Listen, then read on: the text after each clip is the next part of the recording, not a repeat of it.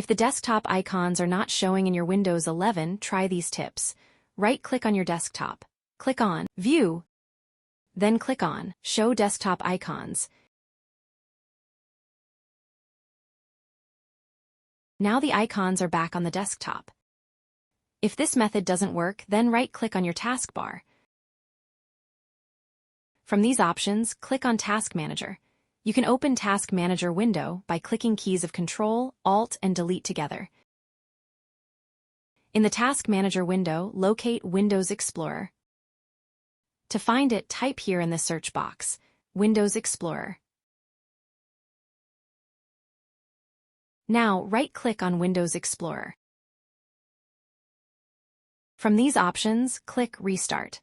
After its restart, your icons will be back. I hope this video will help you. Thank you for watching this video from TechBee. Please like this video and subscribe to my channel. Thank you.